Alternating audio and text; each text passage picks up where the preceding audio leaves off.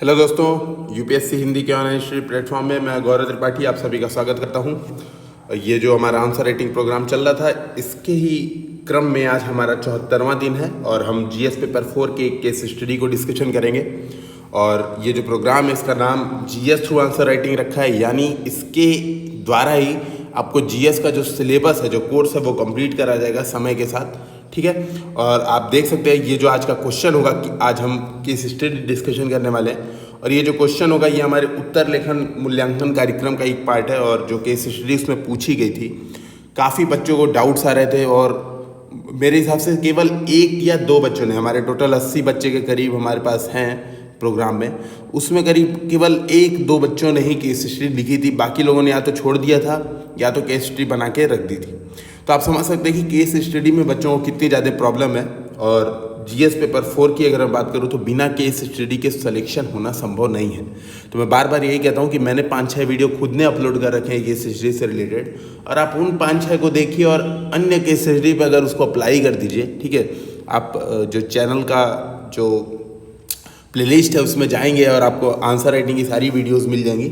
और अगर आप सारे वीडियोस देख डालेंगे उसको, तो मुझे नहीं लगता है कि केस स्टडी में दोबारा कोई दिक्कत होगी और हर केस स्टडी आप आसानी से टैकल कर सकते हैं। और ये जो हमारा आंसर राइटिंग प्रोग्राम है, ये भी अगर आप देखें तो अभी हमने इसकी जो फीस है वो घटा दी है, इसको 1500 वाले की 1000 कर दी है, क्योंकि हमारे 10 दिन ऑलरेडी कंप्लीट हो चुके हैं। ठीक है, प्रोग्राम 8 अगस्त से शुरू हो गया था, तो अभी हमारे पास ऑफर है कि 10 दिन के मॉडल आंसर दे दिए जाएंगे और बाकी जो बचे हुए 20 दिन है उस दिन उनकी कॉपी चेक हो जाएगी। तो जो लोग अभी भी ज्वाइन करना चाहते हैं वो इस नंबर पे संपर्क करके ज्वाइन कर सकते हैं, 9711143850। आपने देखा होगा ये हमारे पास यूपी पीसीएस का इसमें अलग बैच भी है। और आपने देखा होगा जो अभी यूपीएससी का नया कैलेंडर आया है, तो जून 2021 में ही प्री करा रहे हैं, 27 जून को प्री। तो फिर भी बहुत टाइम है। आप इसके बाद अगर मेंस देखेंगे तो मेंस 17 सितंबर से करा रहे हैं। ठीक है, और अगर आप बात करूं मैं 2020 की, तो 2020 में क्या प्रस्तावित था, प्री होना था 31 मई को। ठीक है, और मेंस होना था 17 सितंबर को। तो आप देख सकते हैं 1 महीने का गैप यूपीएससी ने सीधे कट आउट कर दिया है। मेंस के लिए फिर से टाइम नहीं है। तो मेरा सजेशन यही है कि जो लोग नई भी प्रोग्राम ज्वाइन करते हैं, आंसर राइटिंग करते रहें। खास करके जो 2021 वाले बच्चे हैं उन्हें आंसर राइटिंग करते रहनी चाहिए, नहीं तो बहुत दिक्कत होगी और हिंदी मीडियम का रिजल्ट फिर से खराब होना श्योर है। तो हम चलते हैं सीधे क्वेश्चन की ओर चलते हैं और क्वेश्चन पढ़ते हैं और अपने मेन काम पे आते हैं। आप एक वित्त अधिकारी के रूप में एक सरकारी कार्यालय में काम कर रहे हैं। लोकसभा चुनाव 6 महीने में होने वाले हैं। मैं एक बार केस स्टडी पढ़ता हूँ, फिर समझाता हूँ कि आपको सोचना क्या होता है केस स्टडी में। ठीक है, जनरली जो दिक्कत होती है केस स्टडी में वो किधर होती है, मैं एक बार बताने का प्रयास करता हूँ।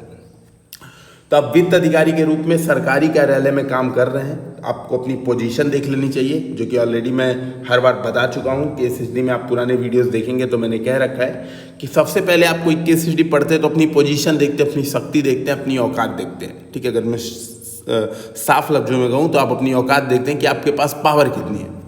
तो आप एक वित्त अधिकारी है, ठीक है, और सरकारी कार्यालय में काम कर रहे हैं। लोकसभा चुनाव 6 महीने में होने वाले हैं, यानी अभी 6 महीने में होने वाले हैं। ठीक है, इस बात को समझिएगा। चुनाव की तारीखों की घोषणा नहीं की गई है, ये भी बात आपको समझनी है, यानी अभी मॉडल कोड ऑफ कंडक्ट लागू नहीं हुआ है। 1-2 लोगों ने, जो लोग लिख रहे थे ना आंसर, उन लोगों मैंने देखा शुरुआत में ही लिख दिया था कि मॉडल कोड ऑफ कंडक्ट के अनुसार ये चीज़ें गलत हैं, है ना, ऐसे सीधे लिख दिया था। भाई साहब, यहाँ पे क्लियर दिखा हुआ है अभी 6 महीने में होने वाले हैं, लेकिन अभी घोषणा नहीं की गई है। तो जब घोषणा नहीं की गई, आपने जीएस पेपर 2 में पढ़ा होगा क्लियरली कि भाई जब तक चुनाव आयोग अधिसूचना जारी नहीं करता है, ठीक है, चुनाव आयोग के द्वारा जो सलाह है उसके द्वारा जब तक राष्ट्रपति अधिसूचना अपने हस्ताक्षर सहित जारी नहीं करता है, तब तक चुनाव की जो मॉडल कोड ऑफ कंडक्ट है लागू नहीं होता है। ये जीएस पेपर 2 में इतनी समझ आपके अंदर होनी चाहिए। और फिर आप मॉडल आंसर में लिख रहे हैं कि मॉडल कोड ऑफ कंडक्ट लगा दिया जाएगा, तो ये बिल्कुल गलत बात है। इसको समझिएगा, आपके केस स्टडी में इससे 0 मार्क्स मिलने हैं। मतलब मैंने कई लोग को दिए भी हैं 0 मार्क्स, जो लोग ऐसे लिखे थे। ठीक है, तो चुनाव की तारीखों की घोषणा नहीं की गई है। आपको अपने मंत्रालय की उपलब्धियों के प्रचार कार्यक्रम के लिए संबंधित मंत्री के हस्ताक्षर वाली एक फाइल पर प्रस्ताव मिलता है।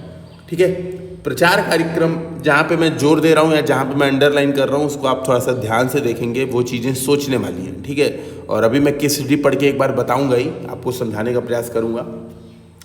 प्रचार कार्यक्रम एक भव्य होटल में आयोजित किया जाता है जिसमें वरिष्ठ राजनीतिक नेताओं, उद्योगपतियों और मशहूर हस्तियों को आमंत्रित किया जाता है।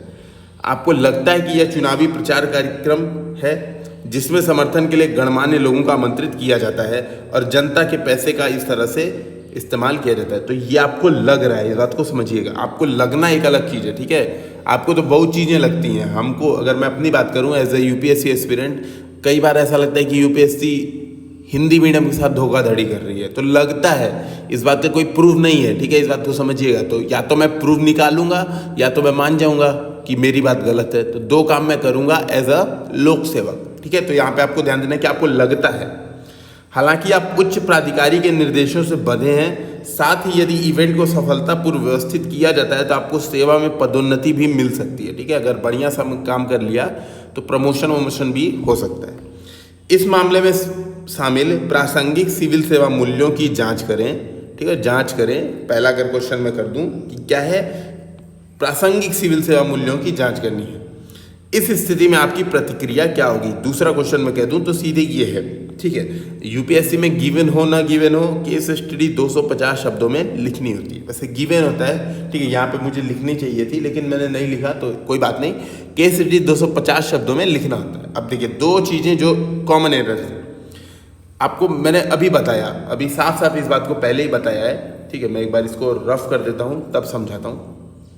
देखिए, दो तीन चीज़ें होती हैं। केस स्टडी आप पढ़ेंगे तो आपको दो तीन चीज़ें देखनी चाहिए। जो मैंने पहली बात बोली कि लोकसभा चुनाव भी 6 महीने बाद होने वाले हैं, ठीक, लेकिन घोषणा नहीं की गई। यानी यहाँ पे चुनाव आयोग, इलेक्शन कमीशन ऑफ इंडिया का भी कोई इन्वॉल्वमेंट नहीं होगा। अभी गवर्नमेंट अपने हिसाब से काम करेगी। दूसरी बात, मंत्री जी के हस्ताक्षर वाली फाइल है, यानी मंत्री जी ने लिखित रूप में आपको निर्देश दिए। और एज अ लोक सेवक आपकी जिम्मेदारी है कि आप जनता के द्वारा जो चुने गए प्रतिनिधि हैं लोकतंत्र में, आप उनकी बातों का सम्मान करेंगे, ठीक है। तो इस बात को भी समझिएगा। जैसे लोगों ने तो केस स्टडी लिखी नहीं थी, लेकिन एक दो लोग जो लिखे थे वो सीधे मतलब अजीब तर्क दे रहे थे कि रोक लगा देंगे प्रोग्राम पे। दो तीन चीज़ें देखनी है, ठीक है। अभी समझते हैं, फिर देखेंगे। मैं आपको बताऊंगा कि आप ये काम नहीं कर सकते, ठीक है। मैं ये क्लियर आपको बता दूंगा क्या करना है। वो आपकी जिम्मेदारी है। आप अलग अलग तरीके से सोच सकते हैं, अपने लिमिटेशन में सोचते हैं।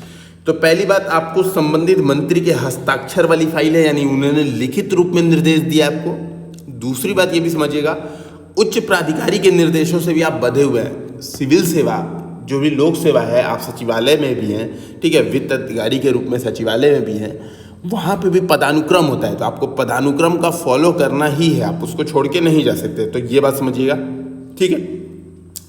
तीसरे जो महत्वपूर्ण बात है जो आपको ध्यान में रखना है कि अभी आपको लगता है कि यह चुनावी प्रचार के लिए कार्यक्रम है, ठीक है। अभी आपको ऐसा प्रूफ नहीं मिला है, ऐसा किसी चीज़ की घटना से ऐसा प्रूफ नहीं हुआ है कि ये आपको लग रहा है, ठीक है। और वही जैसे मैंने बताया कि मुझे लग रहा है अगर कि हिंदी मीडियम का रिजल्ट खराब होता है, हिंदी मीडियम के साथ भेदभाव होता है, तो मैं कुछ प्रयास करूँगा, मैं कुछ तर्क दूंगा कि हिंदी मीडियम का रिजल्ट देखो, सही बात है, यूपीएससी हमारे साथ गड़बड़ कर रही है, ऐसा मैं तर्क दूंगा। अगर मेरे पास तर्क नहीं है, लॉजिक नहीं है, तो मैं यूपीएससी के ऊपर ऐसे मनगढ़ंत आरोप नहीं लगाऊंगा, ठीक है। तो वही बात आप यहाँ पे भी समझिएगा, ठीक है। इस डिबेट में नहीं जाते, अभी हिंदी मीडियम के डिबेट बाद में कर लेंगे।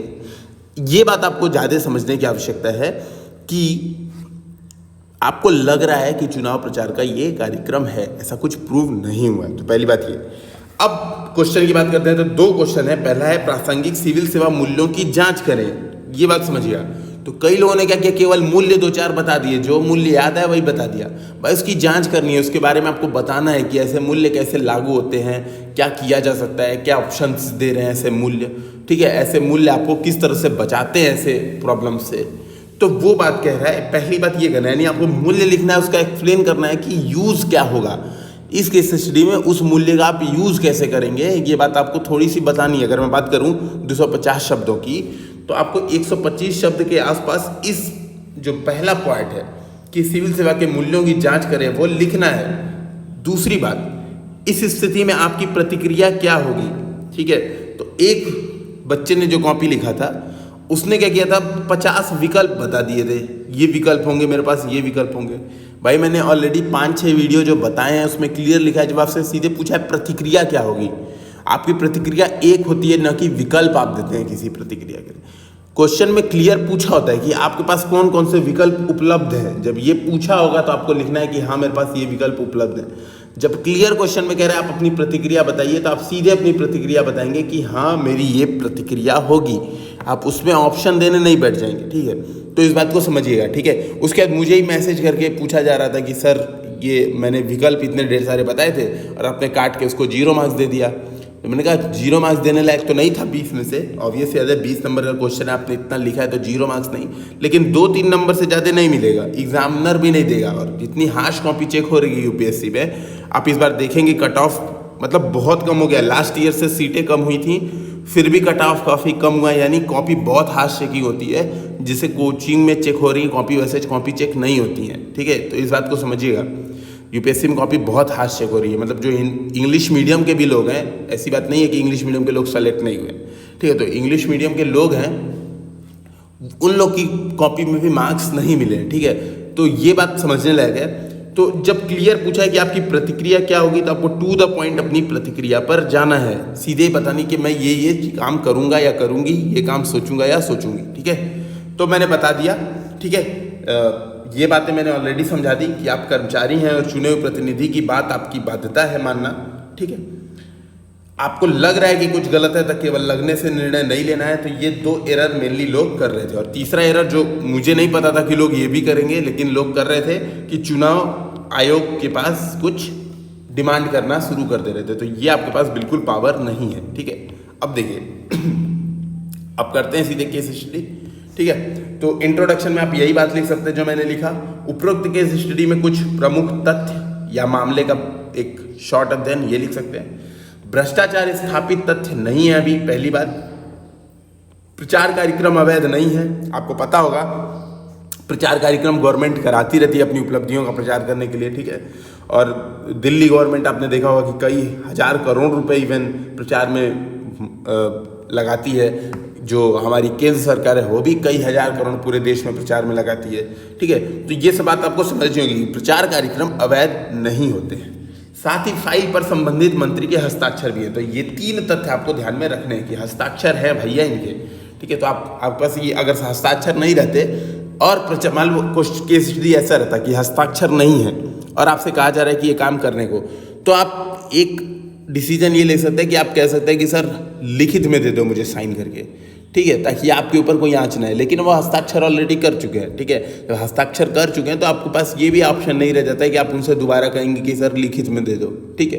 तो ये बात भी अपने दिमाग में क्लियर रख लीजिएगा कि आपके पास लिमिटेशन है, जो जनता के प्रतिनिधि हैं उनकी बात आपको सुननी पड़ेगी। अब प्रासंगिक सिविल सेवा मूल्य क्या होंगे? तो पहली प्रासंगिक सिविल सेवा मूल्य की बात करूँ तो सत्यनिष्ठा होगा। सत्यनिष्ठा मतलब इंटीग्रिटी। आपके जो मूल्य हैं, आपके मूल्य हैं ईमानदारी, सत्य, ये सब जो मूल्य है आप उसको कठिन परिस्थितियों में लागू कर पाते हैं कि नहीं कर पाते हैं, तो वही मूल्य होता है इंटीग्रिटी का। अच्छा, अब ये मूल्य की एक्सप्लेनेशन लिखना नहीं है, आप वो सीधे टू द पॉइंट अपने बात पे आना है कि मूल्य किस तरह से प्रासंगिक होगा। सीधे आपको मूल्य बताना है, उसकी प्रासंगिकता इस केस स्टडी में बताना है। पहला पार्ट खत्म, ठीक है। तो मैंने लिखा सत्यनिष्ठा। हालांकि चुनाव की घोषणा न होना तथा मंत्री के हस्ताक्षर होना इस इवेंट को वैध बनाता है, परंतु एक सत्यनिष्ठ सिविल सेवक मामले को नैतिक दृष्टिकोण से भी देखेगा, ठीक है। तो मैं बात समझ रहा हूँ, मैंने जो बात शुरू से ही कही कि सही बात है, ये चीज़ें वैध हैं, ऐसी बात नहीं कि अवैध है, लेकिन एक सत्यनिष्ठ सिविल सेवक के रूप में मैं इसका नैतिक दृष्टिकोण पे देखूंगा कि ये नैतिक रूप से सही है कि नहीं सही है। तो देखूंगा मैं अवश्य नैतिक रूप से, ठीक है। दूसरा जो प्रासंगिक मूल्य होगा, अपने राजनीतिक प्राधिकारी की बात मानना। तो सिविल सेवा कहता है कि राजनीतिक कार्यपालिका की बात माननी है, ये सिविल सेवा का रूल है, ठीक है। तो लोकतंत्र में सिविल सेवकों को राजनीतिक कार्यपालिका का सहायक बनना पड़ता है।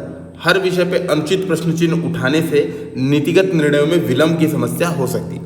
अगर आप झूठ में प्रश्न चिन्ह लगा देंगे, रोक लगाने का प्रयास करेंगे, इवेंट कहेंगे कि नहीं मुझे लग रहा है कि ये बात गलत है, तो उससे क्या होगा, जो नीतिगत निर्णय है, जो पॉलिसी डिसीजन है, जो नए प्रोग्राम लॉन्च हो सकते हैं, हो सकता है वहाँ पे उद्योगपति आए बहुत ढेर सारे, तो कुछ इन्वेस्टमेंट की बातें हो जाए, वो सब क्या होता है, डिले हो जाता है। तो इस वजह से, ठीक है, तो इस बात को समझिएगा, इस वजह से सिविल सेवा में ऐसे रोक लगाए जाने नहीं चाहिए, ठीक है।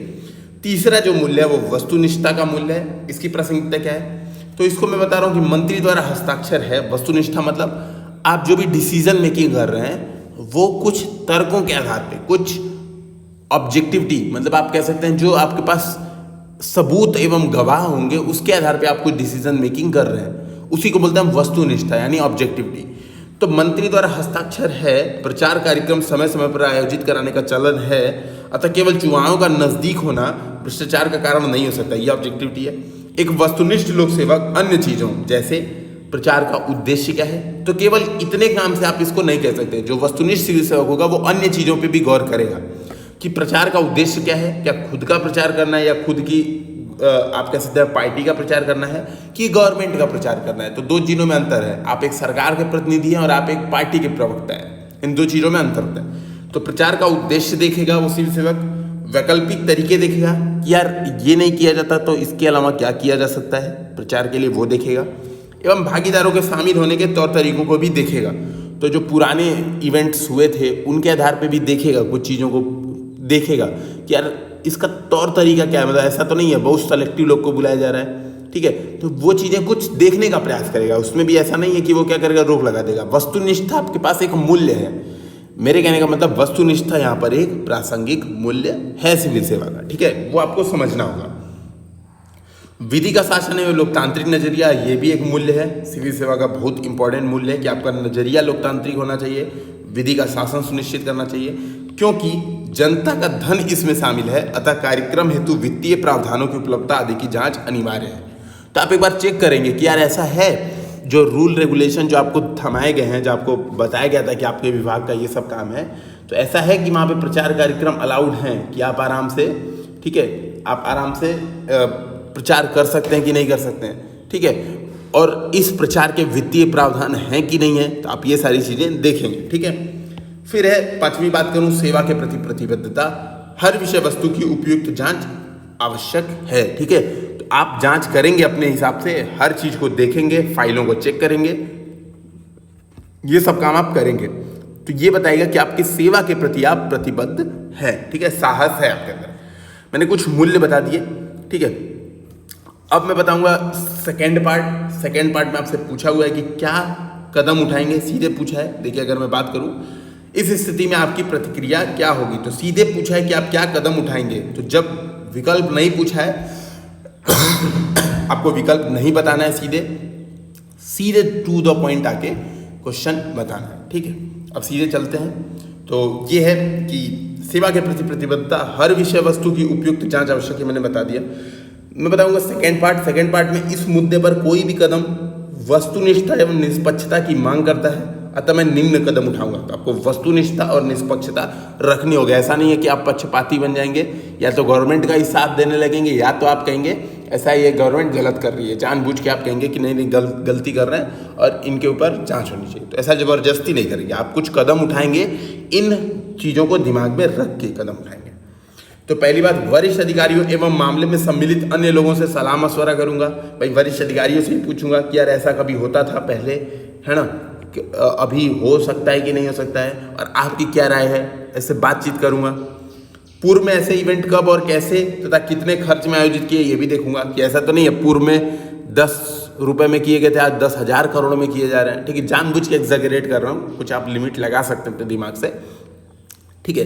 तो कुछ ऐसी भी चीज़ें आप देखेंगे कि पूर्व में ऐसे इवेंट किए गए थे कि नहीं किए गए थे, कितना खर्चा लगा था, ये सब भी चीज़ें आप देख सकते हैं, क्योंकि आप जो वित्तीय कार्यालय है उसी के अधिकारी हैं, तो आप ये सब चीज़ें आपके पास फाइल होती है तो आप देख सकते हैं, ठीक है।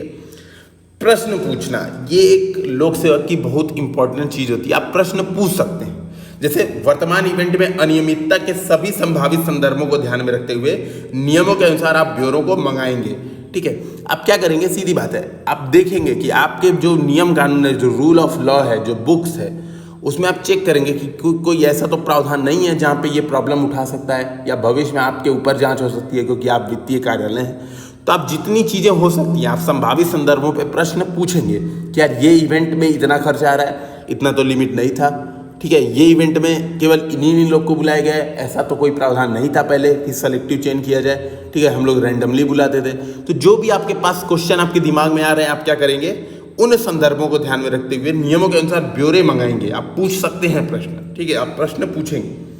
जिससे भविष्य में लेखा परीक्षा आसान एवं प्रभावी से, जिससे भविष्य में जब ऑडिटिंग होगी, वित्त कार्यालय आपको पता ही होगा ऑडिटिंग होती रहती होगी, तो जब उस समय आपके पास जांच आएगी तो आप आसानी से बता सकते हैं कि देखो हाँ मैंने प्रश्न मंगाया था, कार्यपालिका द्वारा ये बात कही गई थी। ठीक है, लिखित रूप में प्रस्तुति देंगे। एक सिविल सेवक के रूप में कोई कमियां प्राप्त होने पर उसे लिखित रूप में सामने रखेंगे ताकि भविष्य में मुझ पर उठे सवालों का जवाब दे सकूं। इसके अलावा यह प्रक्रिया सरकार को भी क्रियाकलाप जारी रखने की अनुमति देगी। तो जो मैंने ये पॉइंट बताया इसको समझा देता हूँ कि क्या होता है, जनरली कोई फाइल होती है, जब सिविल सेवक की कोई फाइल आता है सिविल सेवक के पास, तो किनारे फाइल पे हम कुछ लिखते हैं, कमेंट्स लिखते हैं। ठीक है, जो सिविल सेवक होता है वो कमेंट्स कुछ यहाँ पे लिखता है। ये मेन फाइल होती है, यहाँ पे वो अपने कमेंट्स लिखता है। तो आप यहाँ पे कमेंट सेक्शन में बताएंगे, जैसे आप नीचे कमेंट सेक्शन में बताते हैं कि सर मुझे क्वेश्चन नहीं समझ में आया या मुझे ये प्रॉब्लम हो रही है, वैसे ही फाइल्स में भी कमेंट सेक्शंस होते हैं और वहाँ पे आप बताते हैं कि ये अनियमितता मुझे लगी है। आप अपनी रिपोर्ट पे देते हैं, जब बाद में जांच होती है तो इसी आधार पे, जो आपके कमेंट्स हैं इसी आधार पे जांच होती है। अगर आपने कमेंट्स नहीं किए और कुछ गलती पाई गई तो आपको भी उसमें आरोपी बनाया जाता है। लेकिन अगर आपने कमेंट्स किए, आप अपने बात लिखित रूप में फाइल्स में रखी है यहाँ पे, ठीक है, ये जो फाइल्स होती है बहुत सीक्रेट फाइल होती हैं और आपने अपनी बात रखी है तो दो काम होगा। एक, आपने अपनी तरफ से बता दिया, आपने अपनी जो आपकी प्रतिबद्धता थी सेवा के प्रति, जो आपकी जवाबदेही थी, जो आपकी अकाउंटेबिलिटी थी, आपने उसको बता दी। लेकिन साथ में ही एक चीज़ और आपने किया, इससे क्या हुआ, कार्यकलाप जो इवेंट होना था वो ऑर्गेनाइज होगा समय पे, उसमें भी कोई दिक्कत नहीं आएगी। तो आपने दोनों काम कर दिया कि सरकार भी अपनी कार्यकलाप जारी रखे और आपने अपना काम भी कर दिया। इसके अलावा तंत्र पर विश्वास रखना भी अनिवार्य है। अतः ऐसे मौकों पर एक लोक सेवक का सत्यनिष्ठ एवं जागरूक होना अनिवार्य है। तो मैंने निष्कर्ष लिख दिया कि यार एक चीज़ और है कि भाई मैंने जो शुरू में ही बात कही थी, हो सकता है आपको लग रहा हो कि मैं प्रो गवर्नमेंट हूँ, तो ऑब्वियस सी बात है एक सिविल सेवक को प्रो गवर्नमेंट तो होना पड़ेगा, प्रो पार्टी नहीं। ठीक है, किसी पार्टी का नहीं प्रो होना पड़ेगा, लेकिन प्रो गवर्नमेंट होना पड़ेगा। गवर्नमेंट को डिफेंड करना, गवर्नमेंट की बातों को समझना अनिवार्य है, क्योंकि तंत्र पर विश्वास तभी आप क्रिएट कर पाएंगे जब आपका खुद तंत्र पर विश्वास हो। जिस सिस्टम में आप खुद विश्वास नहीं रखेंगे, आपको बार बार लगता है कि हाँ यार भर भर के भ्रष्टाचार है, पूरा तबाही मची हुई है, तो आप दूसरे लोगों को कैसे, आप जनता से कैसे उम्मीद कर सकते हैं कि एज अ सिटीजन जनता विश्वास रखेगी तंत्र पे। तो इस बात को समझें और इस हिसाब से ही आंसर लिखें। ठीक है, आंसर का कंटेंट डिफरेंस हो सकता है कि आप वैल्यूज़ कुछ अलग बता दें, 2-3 वैल्यूज़ आपके दिमाग में नहीं आ जाए। इस बात को समझिएगा, वैल्यूज़ आप नहीं बता दें, बिल्कुल सही बात है। जो कदम है वो भी हो सकता है कि आपके थोड़े बहुत डिफरेंट हो सकते हैं, लेकिन जो मेन थीम है, सेंट्रल थीम है क्वेश्चन की, वो मैंने आपको समझा दी कि सेंट्रल थीम यहाँ से नहीं भटकना है, ये डिफरेंस क्रिएट नहीं करना है। आप उल्टा लिखेंगे तो जो फर्स्ट अटेम्प्ट में मेरे मार्क्स आए थे 90 मार्क्स, ठीक है, उसमें मैं भी ऐसा ही डिसीजन लेता था, तो उसी तरह से हो सकता है कि आपके भी मार्क्स आए और इतने मार्क्स में तो इंटरव्यू कॉलिंग भी नहीं आएगी। ठीक है, तो इसके हिसाब से आपको समझदारी बनानी होगी। 5-6 वीडियोस जो ऑलरेडी मैंने बना रखे हैं उसको देखिए एक बार, उससे सीखिए, सीखने का प्रयास करिए। मैं भी लगातार सीख रहा हूँ, आप भी सीखिए। ठीक है दोस्तों, और वीडियो पसंद आया तो कृपया से लाइक, शेयर और सब्सक्राइब करना बिल्कुल ना भूलें, क्योंकि देखिए आप लोग जितना व्यूज़ बढ़ाते हैं, जितना आप लोग इसे लाइक, शेयर, सब्सक्राइब करते हैं, उतना ही हमें भी उत्साह होता है और हम भी नए नए वीडियोज़ के साथ आते हैं। क्योंकि यार सीधी बात है, प्री एग्ज़ाम और ये सब सबके लिए हैं। ठीक है, तो हम लोग भी जितना टाइम दे सकते हैं, तो आप लोग थोड़ा सा, आप लोग भी अपना जो कर्तव्य है एक सिविल सेवक के आधार पर उसको निभाइए। धन्यवाद।